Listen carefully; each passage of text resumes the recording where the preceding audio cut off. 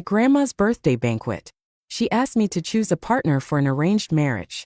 I glanced at Ethan, who was dressed impeccably, exuding a cold and distant aura, as if nothing could touch him.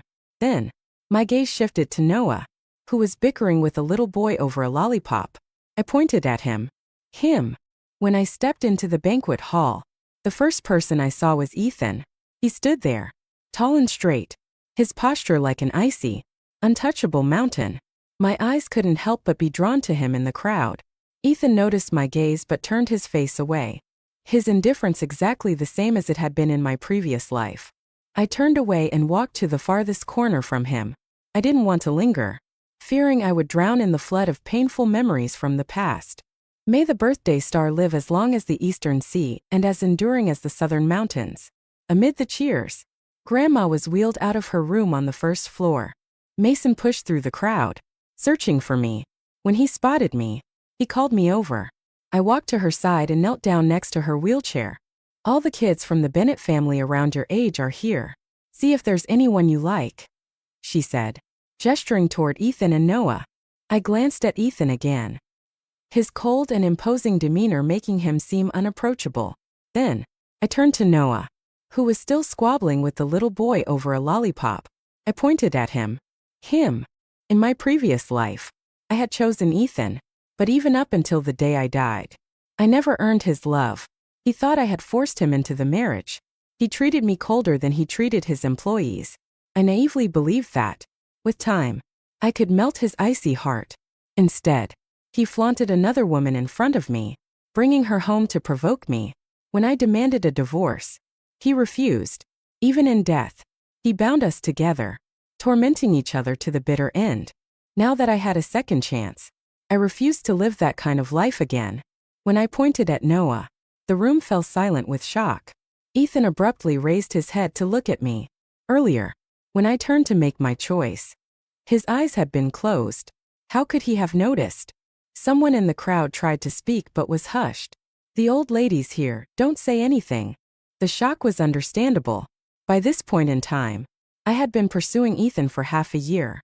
I delivered meals to his office 3 times a day without fail. On weekends and holidays, I went to his company to wait for him. My persistence had made me a well-known fangirl of his. But Ethan had never once agreed to eat a meal with me, let alone go on a date. Many in both the Carter and Bennett families knew about my unrequited feelings for Ethan but had kept it from Grandma. They were afraid that if she found out about my feelings, she would force the engagement. Ethan, being the rebellious type, would only make things worse and upset her. Grandma had brought up this arranged marriage now because her health was failing. She wanted to fulfill the engagement my grandfather had arranged before his death. As the only granddaughter of the Carter family, Grandma cherished me deeply and wanted to see me settled with a good match before she passed. The Bennett family owed a great debt to the Carters, so they left the matter entirely in our hands. I looked at Noah and asked, "Do you agree?" Noah, who was usually aware of my feelings for Ethan, seemed frozen in place, lost in thought. I worried he might reject me. My gaze instinctively shifted back to Ethan, but no. That was absolutely not an option. Just as I debated whether to pull Noah aside for a private conversation, he suddenly spoke. "You chose me." He turned sharply, looking at me in disbelief. His abrupt movement caused the lollipop in the little boy's hand to fly into his own. The boy immediately burst into tears, but Noah quickly clamped a hand over his mouth, his posture awkward and undignified. A derisive laugh echoed across the hall. All eyes turned to Ethan, who smirked coldly and stared at Noah with contempt. The atmosphere in the hall grew tense and awkward. I ignored Ethan, despite his young age. He had already taken control of half the Bennett family's business empire and was used to doing things his way. I turned back to Noah and repeated, "Do you agree?" I stared at Noah and asked him again. Beads of sweat formed on my forehead, betraying my nervousness. I wasn't sure what he was thinking. In my previous life, I hadn't paid much attention to him, and now I felt a growing sense of urgency. Noah looked at me for a moment before nodding. I finally let out a breath of relief. What a good person. I'd have to thank him properly later. He must have been worried about me losing face and didn't want to reject me in front of everyone. After all, We'd had no connection before this moment. And until today, I'd been obsessively chasing after another man. Any other man in his position probably wouldn't have agreed. But now that I've been reborn, I know that Grandma's passing is only a few days away. If Noah hadn't agreed, I wouldn't have been able to find someone else to put Grandma at ease and allow her to leave this world with peace of mind. In my previous life, I had chosen Ethan. To my surprise, he didn't reject me outright at the time. Instead, he had a private conversation with me afterward, explaining that he had agreed only out of consideration for Grandma's health and telling me not to overthink it. When Grandma passed away, she held my hand together with Ethan's, urging us to take care of each other. After her funeral, Ethan's parents began pressing for our wedding. I thought we hadn't spent enough time together and worried he would feel forced into it, so I kept delaying. But Ethan agreed before I could say anything, telling me not to play coy. He said he wouldn't disobey Grandma's dying wish. Not long after, we got married. There was no ceremony, just the formalities. Our relationship before and after marriage didn't change much. Aside from moving in together, there was little difference. For 5 years, Ethan remained cold and indifferent to me. Other than a few social events I had to attend with him, he rarely spoke to me. One night, I worked late, and a colleague offered me a ride home since it was on his way. Ethan happened to see us when he got home. Perhaps it triggered his possessiveness, but he rushed over and punched my colleague. That night, we had a huge argument, the first real fight since I had met him. After that, he stopped coming home regularly. Angry and hurt, I didn't try to patch things up. We were locked in a cold war until the day he brought another woman home, holding her close as if to flaunt her in front of me. That was the final straw. I wanted a divorce, but he refused. We remained trapped in a cycle of mutual torment until the day I died. All right. Grandma's cheerful laughter pulled me out of my thoughts. It was the first time I'd seen her so happy since she had fallen ill and become bedridden 6 months ago. She held my hand, giving me a few words of advice before chatting with some of her old friends. When fatigue overtook her, she had the attendants wheel her back to her room. Left to myself, I scanned the room until I spotted Noah. I walked over and pulled him aside. Thank you for helping me. Don't feel pressured. Once Grandma has passed peacefully, we can. I began, but Noah suddenly raised his hand to stop me. Don't move. Stay here and wait for me. Then he ran off toward the Bennett estate next door. Less than 5 minutes later, he was back, carrying a box. Opening it, he pulled out a stack of certificates. I majored in computer science in college. These are my competition awards from back then. I'll admit, I've always been a bit laid back. But I'm not dumb. I can code and develop programs. I won't be aimless or starve just because my family doesn't help me out. As he spoke, he pulled out a property deed, 2 car keys, and a bank card. This is what I earned from developing games with friends. The apartment is a 2-bedroom unit in the city center. Nothing fancy, but the location's good. As for the cars, there are 2 of them. If there's something you like, feel free to use it. Noah said, there's only about $1 million in the account right now, not much. But you can spend it. I'll make more. A lot more. Don't worry. With that, he shoved the box into my arms, as if afraid I might refuse it. Don't misunderstand me, he added quickly. You chose me, didn't you? Even though we're just testing the waters as a potential match, and you might not choose me in the end, I want to be upfront with you about everything. You don't have to do the same for me. This is just how I am. He waved his hands nervously, as if worried I'd think he expected the same openness from me. I thought you wouldn't agree, I murmured, looking down at the box in my arms. My emotions tangled. I'm happy to, Noah replied, looking directly at me, his tone serious and deliberate. You chose me. That makes me happy, so you don't need to feel guilty or thank me. And you definitely don't need to end things after your grandmother passes. I lifted my eyes to meet his gaze. We held eye contact for a moment before. Suddenly, he bolted. Noah, I called after him, holding the box. He waved a hand without turning back. I'm not good at making girls happy. Take it. If you decide later you don't want to be with me, we'll deal with it then. And then, in a flash, he disappeared through the door.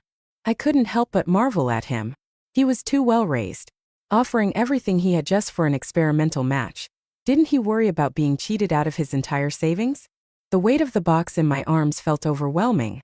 As I stared down at it, trying to decide what to do, a shadow loomed over me. I looked up and found myself face to face with Ethan. His mocking gaze pinned me in place. Playing hard to get. Does it feel fun? What?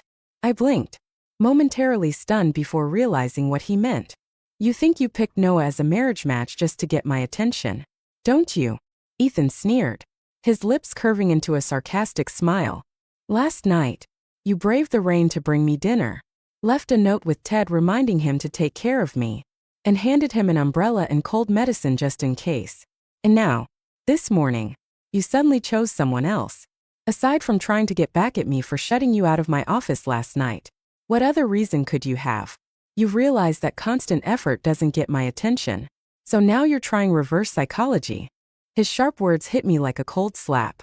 And for a moment, the memories from my past life surged back. Back then, I had been utterly infatuated with Ethan, chasing him to the point of throwing away my dignity. No matter how coldly he treated me in front of others, I clung to the hope that he would one day reciprocate my feelings. It was no wonder he found it unbelievable that I'd suddenly chosen Noah. But I never expected his reaction to be this intense. You don't even like me. Shouldn't you be happy that I've stopped bothering you? I asked, looking straight at him. For a brief second, Ethan hesitated, his gaze faltering, but then he looked back at me, his expression cold once more. Don't flatter yourself, he snapped. Do you think I'm the slightest bit agitated because I like you? Stop being delusional. I just can't stand the thought of losing to someone like Noah. A wife from that kind of family, he added, his voice dripping with disdain. His words didn't surprise me. Ethan and Noah were both from the Bennett family, but Ethan was the eldest grandson of the main branch. His parents held esteemed positions in both politics and business, commanding respect wherever they went. In contrast, Noah's father stayed out of family affairs, choosing to be a professor at a prestigious university, while his mother was an actress, a profession looked down upon in elite circles. From a young age, Ethan had shown exceptional talent, his photographic memory and sharp intellect making him the pride of the family. Noah, however, had to work much harder to achieve even a fraction of Ethan's success. To make matters worse, he had abandoned the family business path, choosing instead to pursue programming and game development. His rebellious choice had angered the family elders, who eventually gave up on him entirely. They excluded him from family business activities and events, leaving him to fend for himself. The box in my arms grew heavier, my hands beginning to ache. As I pieced together the situation, Ethan's disdainful words rang in my ears, and the weight of his judgment pressed down on me even more. I didn't want to keep entangling myself with Ethan any longer. Since things had already come to this point, it was time to lay everything out clearly. I stared at him. Ethan, I don't like you anymore. My choice to not pick you and to choose Noah today has nothing to do with you. You can rest assured. You don't like me, and you hate Noah. Perfect. From now on, we can go our separate ways and have nothing to do with each other. With that, I turned and walked toward the door. But suddenly, Ethan grabbed my wrist. What are you doing? I snapped, twisting my wrist, trying to pull away. But his grip was unyielding. You say you don't like me anymore? He asked, his voice cold. Under the dim light, Ethan's eyes were dark, like a bottomless, frozen abyss. Let go of me, I demanded, glaring at him, my words firm and deliberate. Instead of loosening his grip, he held on tighter. I don't believe you, he said icily. I was momentarily stunned, the memory rushing back. Once, I had a necklace I didn't want anymore, so I carelessly tossed it into a pond. That night, I came down with a fever. A rumor spread that the necklace had been a gift from a family member, and my illness was a result of losing something so sentimental. In the dead of winter, Ethan had jumped into the freezing water to retrieve it for me. He ended up with a high fever for 3 days, teetering on the edge of life and death. You were someone willing to risk your life for me, Ethan continued, his voice low and intense. How could you just suddenly stop liking me without warning? So he had known about the necklace all along. I had made sure to keep it a secret, worried he would feel burdened if he knew. Yet he had known everything. A bitter laugh rose in my heart. How ridiculous I had been in my past life, giving my whole heart to someone who knew but never cared. To him, our marriage had always been forced, something I coerced him into. He resented me for it. And his coldness, his silent neglect, lasted a lifetime. The love I gave with all my heart must have seemed utterly insignificant to him. Let go, I repeated. But Ethan's grip only tightened. The pain became unbearable, and I couldn't hold back a cry. Finally, his grip loosened slightly, and I took the chance to wrench free and rush inside. I slammed the door shut, separating him from me. Once inside, I quickly headed up the stairs to the 3rd floor and into my bedroom, ensuring no one saw the expression on my face. The moment I shut the door behind me, my strength gave out, and I slid down to the floor. In my past life, at the end of it all, I couldn't help but harbor resentment. Ethan had always had a choice not to marry me, not to accept me as his arranged partner, not even after Grandma's passing. Yet he did marry me, and then blamed me for everything, dragging us both into a lifetime of misery. His initial decision was made for Grandma's sake, and later out of obligation to her final wish. But no matter the reason, it had all started because I had chosen him at the banquet. I couldn't deny it. The suffering I endured in my past life was the result of my own choices. A thud snapped me out of my thoughts.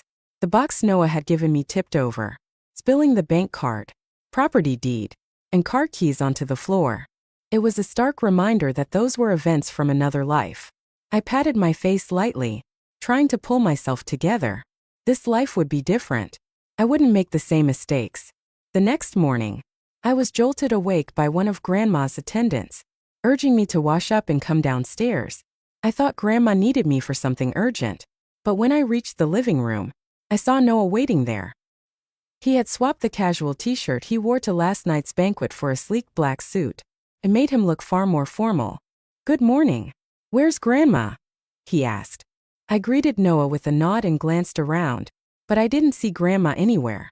She asked Mrs. Zhang to take her to the back garden for some fresh air, Noah explained. His face slightly flushed. She also said she wants us to move in together, he added, lowering his head as his ears turned red, as if they might start bleeding from embarrassment. When Noah mentioned this, it reminded me of my previous life. After I chose Ethan as my marriage partner, Grandma gave us a house the very next day, insisting that we move in together to build our relationship. "Do you not want to?" I asked, seeing how flustered Noah looked. "No." Noah immediately lifted his head, blurting out, "I'm willing." His gaze met mine for a brief moment before his face turned crimson. He quickly looked away, avoiding eye contact. His shy and innocent reaction to relationships made me feel a pang of guilt. After experiencing the pain of a failed marriage in my previous life, I had no expectations for love in this one. To me, this arrangement was merely to give Grandma peace of mind. But for Noah, he was dragged into this arrangement because of my choice. If he had no feelings for me or didn't hold any hopes for this relationship, it would have been easier for me. While Noah and I were chatting, my luggage had already been packed by the house staff. At some point, Mrs. Zhang had returned from the garden and handed me a set of keys. "The old lady has already transferred ownership of the house to your name," she said. "It's the closest and best one near your workplace." In my previous life, I had been thrilled at the opportunity to live with Ethan and accepted Grandma's arrangement without hesitation. But now, knowing Grandma only had a few days left, I just wanted to stay by her side.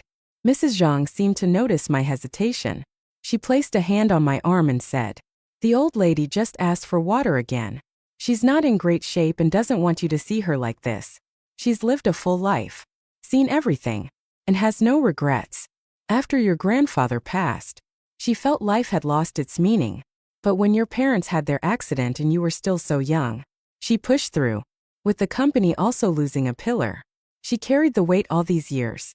As long as you're happy, she'll leave this world without regrets." I knew that everyone had already noticed how frail Grandma was. She spent more than half her day asleep now, and there was no telling when she might not wake up again. That's why she had left the hospital and returned to the family home, wanting to spend her final days there. I nodded silently, the heaviness in my heart growing. The driver eventually dropped Noah and me off at the house Grandma had arranged. The cool autumn breeze brushed past us, carrying the familiar scent of osmanthus blossoms, pulling me out of my thoughts. Noah stepped out first, then walked around to open my door. I looked up at the house, a place so familiar it felt like it was etched into my bones. But as I prepared to step out, my foot felt as if it were weighed down by 1,000 pounds. In my previous life, Ethan and I only stayed in this house for a few days before Grandma passed away. After we married, I moved into Ethan's home, and this house remained empty. Later, during our Cold War, after Ethan brought another woman into our home, I moved back here alone. Ethan followed me, claiming he wanted to keep an eye on me. Afraid I'd bring another man here and embarrass him, he even used it to block my attempts to divorce him, saying, "You forced me into this marriage, so you'll suffer through it with me for life." I couldn't stop Ethan from moving in, but this house was a gift from Grandma, a place that symbolized her hopes for my happiness. I didn't want a third person to invade it. I made my boundary clear. Ethan surprisingly didn't push further and accepted it. After that, we returned to the way things were early in our marriage, cold and distant. He focused on his work every day, and I stayed in this house, trying to carve out a semblance of peace. I focused on my own life. I no longer tried to warm Ethan's cold demeanor with my enthusiasm. I stopped delivering meals to him, worrying about him being too hot or too cold. And I even began avoiding the times he was home. Unless it was absolutely necessary, I made sure we didn't see each other. That was how we lived for 2 years, distant, cold, and indifferent, until I was sent to a remote mountain region on a business trip. A sudden earthquake ended my short and painful life. This house carried so many painful memories that I didn't want to step into it at all. "What's wrong?" Noah finally asked, noticing I hadn't gotten out of the car. His eyes widened when he saw my pale face. "Are you feeling unwell?" He looked at me nervously, his hand reaching out slightly as if he wanted to check on me but didn't dare. Beads of sweat formed on his forehead. "I'm fine," I said, steadying his slightly trembling hand and meeting his gaze. "I remember you have another house nearby, don't you? Could I stay there instead?" The moment those words left my mouth, I regretted them. But if I stayed at another house owned by the Sue family, Grandma would find out quickly. "Don't worry. It'll just be for a few days." I quickly added, "I'm allergic to osmanthus flowers, and the smell is too much for me here. Once I find a place I like, I'll move out." Noah froze at my words, then snapped back to reality when he heard about my allergy. "Allergic to osmanthus? That's my fault. I didn't even know. And I let you sit here and smell it for so long. Are you okay?" His gaze darted across my face, neck, and hands, scanning for any signs of a rash. "Do you feel itchy?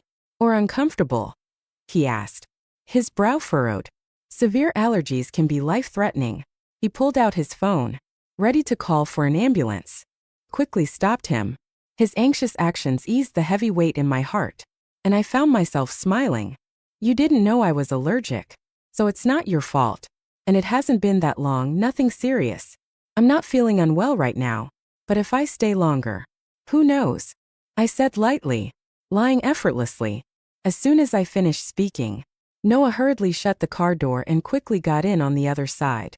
He gave the driver an address, and soon we arrived at his building. The driver helped carry our luggage upstairs before leaving. I stood by the door, waiting for Noah to unlock it, but he didn't move. I turned to him, puzzled, looking embarrassed. Noah lowered his head and said, "The key.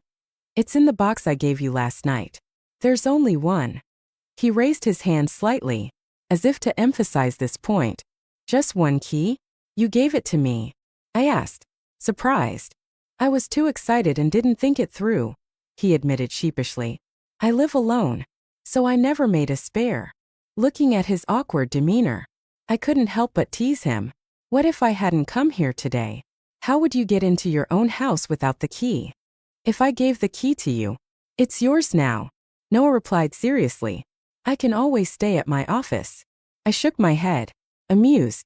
He was definitely the type of person scammers would love. A genuinely trusting soul. I opened the box in my luggage, pulled out the key, and unlocked the door. The moment the door swung open, I froze.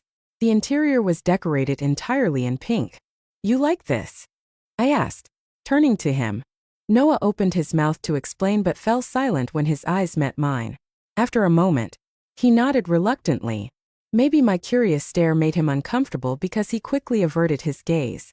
"Don't be shy. There's nothing wrong with liking pink," I said, trying to reassure him. "Who says boys can't like pink?" Noah didn't respond. Instead, he lowered his head even more, his face burning with embarrassment. I stopped teasing Noah and stepped into the house ahead of him.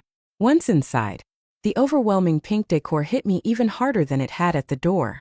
From the entrance, I had only seen part of the hallway and living room. But now, standing in the center, I realized that everything, from the bedroom doors to the kitchen and bathroom, was pink. This wasn't just a preference, it was true love for the color. Fortunately, I also liked pink. For someone who loved the color, this house was paradise. The walls, decorations, sofa, and even the tiled floors were all pink. In my previous life, I'd loved pink, too. I had once considered brightening up the cold black, white, and gray tones of the home Ethan and I shared by adding pink accents. But Ethan thought pink was childish. He wouldn't even let me wear pink dresses to formal events. Over time, I suppressed my preferences, choosing everything what I ate, used, and wore based on his tastes. Back then, I didn't feel wrong because I loved him and thought his happiness was mine. But now, standing in a space decorated exactly how I liked, I realized how much joy came from pleasing myself. There were 2 bedrooms in the house. I pushed my luggage toward the guest room, but Noah stepped in front of me. "This is my room. You can stay in the guest room," he said softly, as if worried I'd mind. I looked at him, surprised. "You don't mind?" Noah nodded. "I'm busy with work and don't stay here often. The guest room is fine." It felt a bit strange for him to sleep in the guest room in his own house, but he clearly didn't want to discuss it further, and I wasn't one to pry into other people's private matters. I let it go and started unpacking. Once I finished, I realized I was hungry. Skipping breakfast and moving had kept me too busy to notice. But now that I had time to relax, my stomach started growling. Just as I was about to order delivery, the scent of scallion pancakes wafted through the air. I opened the door and followed the smell to the kitchen, where I found Noah wearing an apron and frying scallion pancakes. A pot of milk was warming on the stove beside him. "You didn't eat breakfast this morning, and there's not much in the fridge," he explained. "This will tide you over for now. Delivery food isn't very clean. For lunch, I'll take you to a private restaurant nearby that I like." Looking at his back as he worked, I suddenly felt a lump in my throat. This was a scene I had often fantasized about in my previous life. After my parents passed away, I had longed for a warm, loving home of my own. But after marrying Ethan, the times we ate together were few and far between. I was always the one delivering meals to him, reminding him to eat, while he never showed any concern for me. I thought I didn't need someone to care for me, but in this moment, I couldn't help but feel a bittersweet warmth. When Noah turned around with the food, I quickly wiped away my tears and sat at the dining table before he noticed. He placed the pancakes and milk in front of me and sat nearby, watching me eat. "If there's anything you don't like about this house, feel free to renovate it. I don't mind," he said earnestly as I ate. "I'm only staying for a few days," I replied. "There's no need." But Noah seemed genuinely enthusiastic, as if we were discussing a bright future. Not wanting to dampen his mood, I didn't argue further. Later, Noah took me to a private restaurant he frequented for lunch.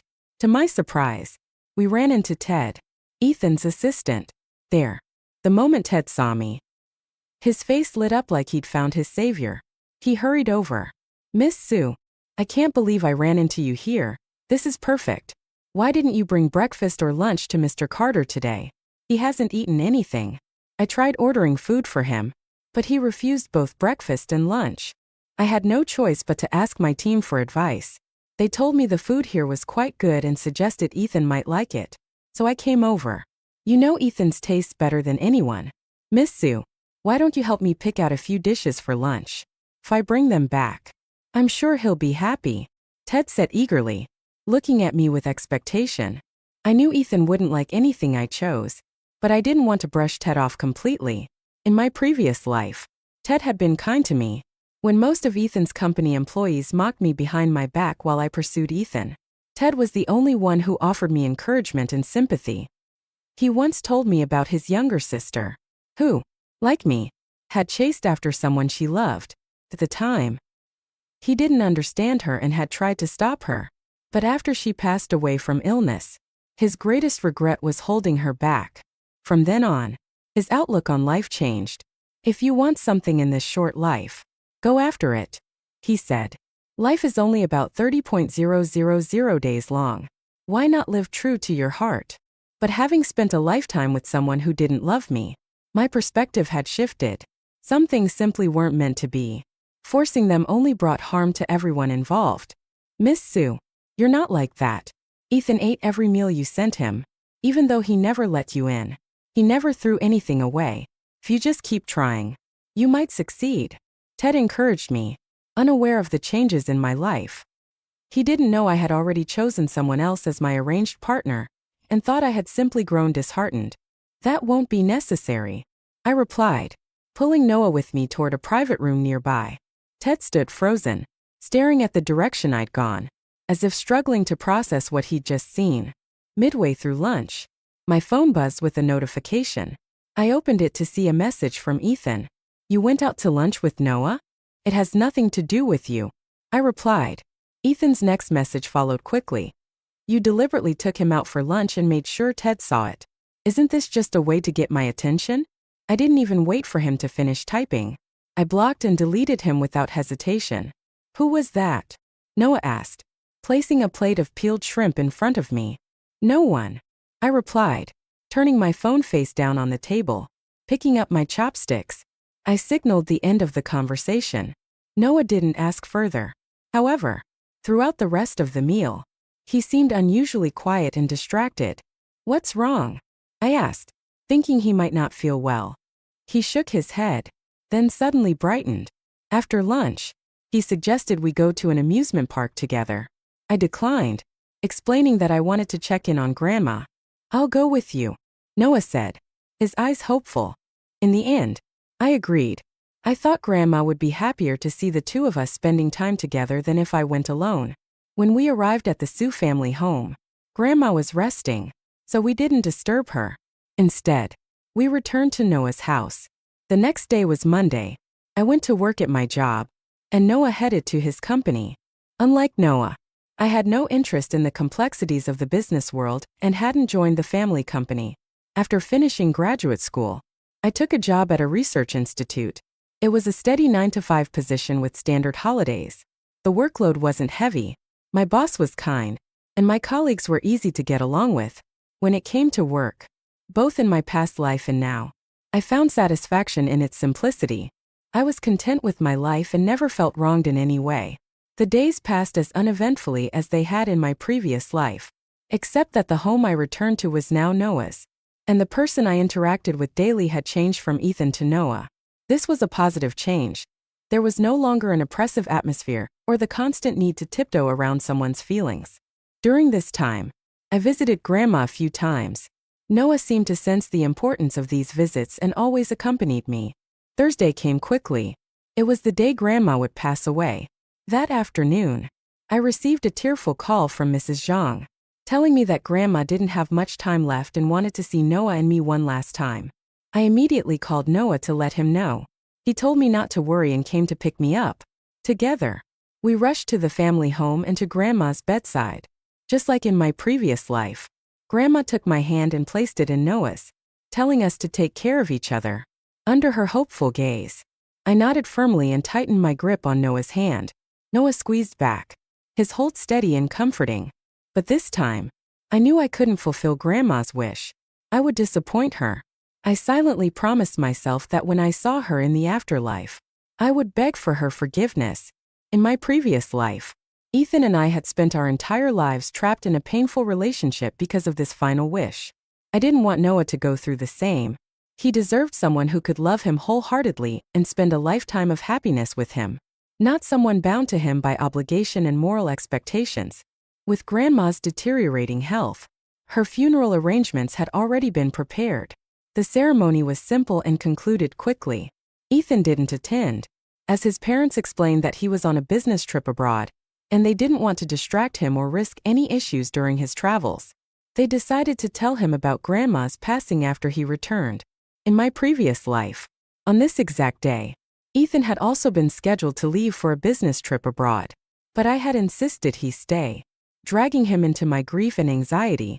Without my interference this time, our lives had stayed as parallel lines, barely intersecting. In truth, Noah and I were no different. We were also parallel lines, each walking our own path. After the funeral, I intended to move out of Noah's house. Over the past few days, I had been searching for a new place and had already found one. However, on the way back, I suddenly felt dizzy and fainted. I woke briefly to the sound of Noah's panicked voice, and I could feel the car making a sharp turn as he told the driver to head to the hospital. I didn't want to go. The hospital reminded me too much of losing my parents. The smell of disinfectant and sterile water filled me with dread. Noah had no choice but to take me back to his house instead. After that, I lost consciousness again. When I finally regained some awareness, it was faint. I vaguely saw Noah sitting by my side, using a towel to cool my forehead. "Don't worry. It's okay now," he said softly. "The doctor already came by.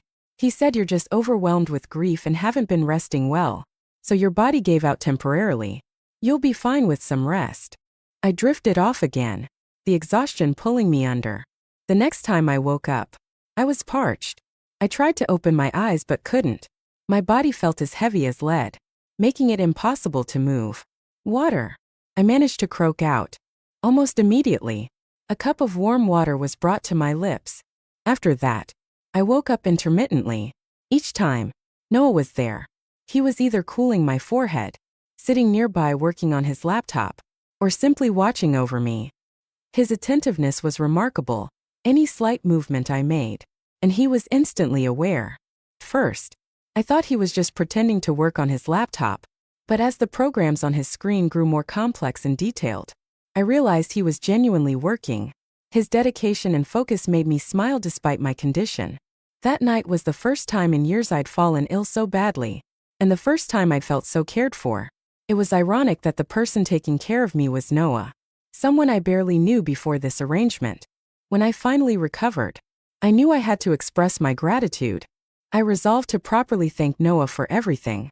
I thought I would recover by the next morning, but my condition fluctuated for 3 days.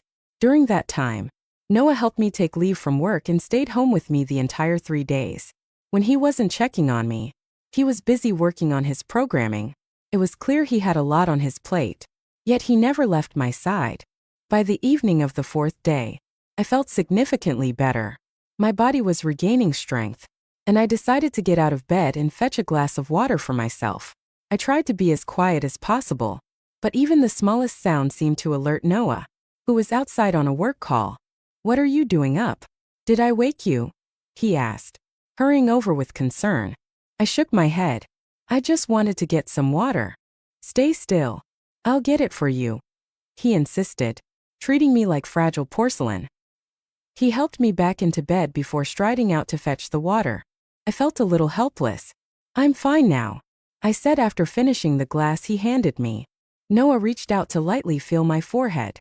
"It's back to normal," he said, but added seriously, "Recovering from illness is like pulling out a thread, slow and delicate.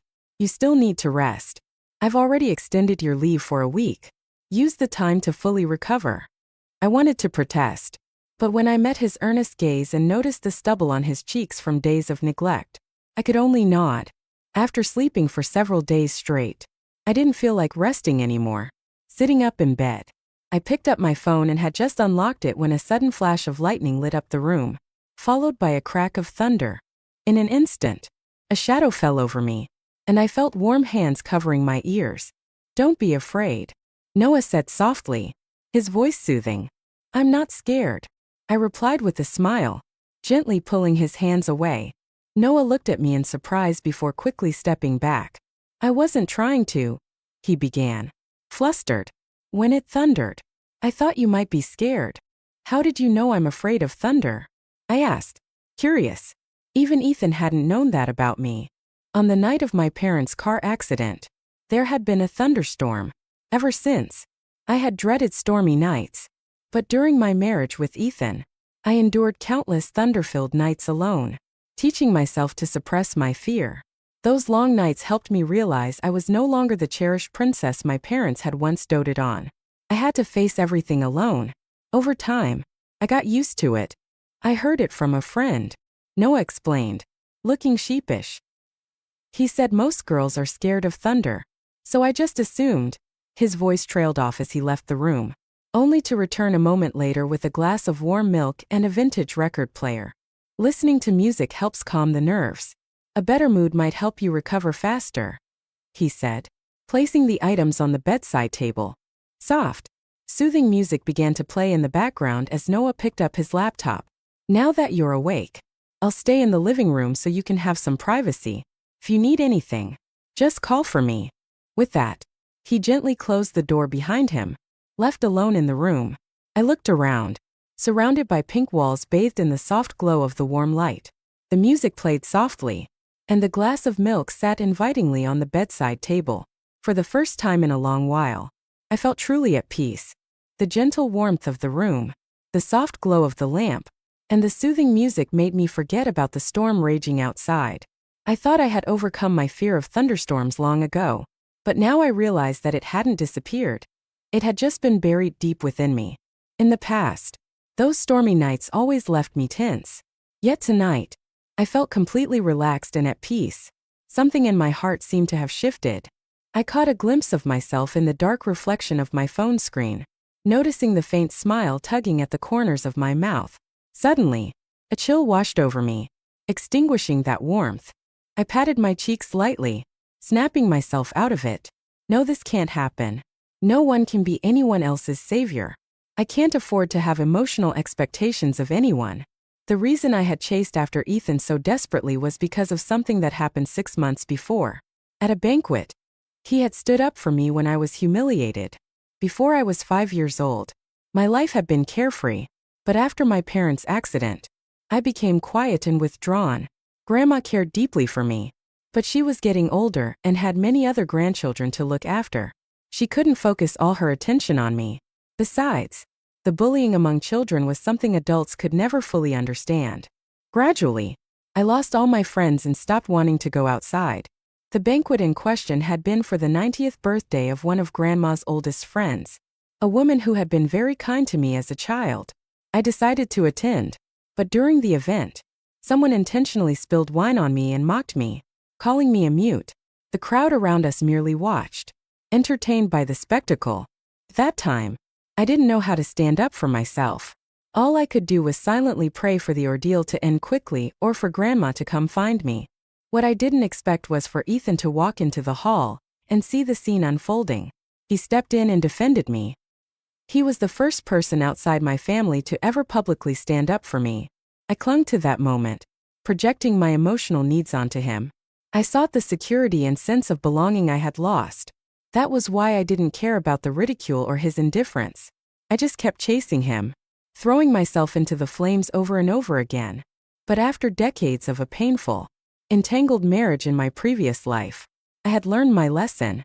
No one could save me but myself. Seeking security from someone else was just trading one abyss for another. What had seemed like heroism to me was, in Ethan's eyes, a minor incident. He only helped me because of the long-standing friendship between the Sue and Carter families, not because of me as a person. I should be grateful for his kindness, but I shouldn't have placed my emotional dependency on him. The same applied to Noah. He was kind to me now because I was his arranged partner. If it were someone else, he would treat her just as well. Without expectations, there would be no disappointment or pain. I already had my own way of living in this world, one that protected me from getting hurt. There was no need to gamble on an uncertain future. When I recovered, I told Noah I planned to move out. He stayed silent for a long time before replying with a single word. Okay. I moved into a new apartment closer to my workplace. I had inherited plenty from my parents and Grandma, so instead of renting, I bought a place. That way, I could decorate it however I wanted. Yet every time I came home to the same pink walls, I couldn't help but feel like something was missing. One evening after work, just as I was about to head home, someone stopped me. I looked up and saw Ethan. "I just found out about your grandma," he said. "I was abroad for a while. Are you doing okay?" "It has been a while," I replied, remembering that it had been over 2 months since Grandma's funeral. "I'm fine now, but thank you for asking," I answered out of politeness. But Ethan felt different this time.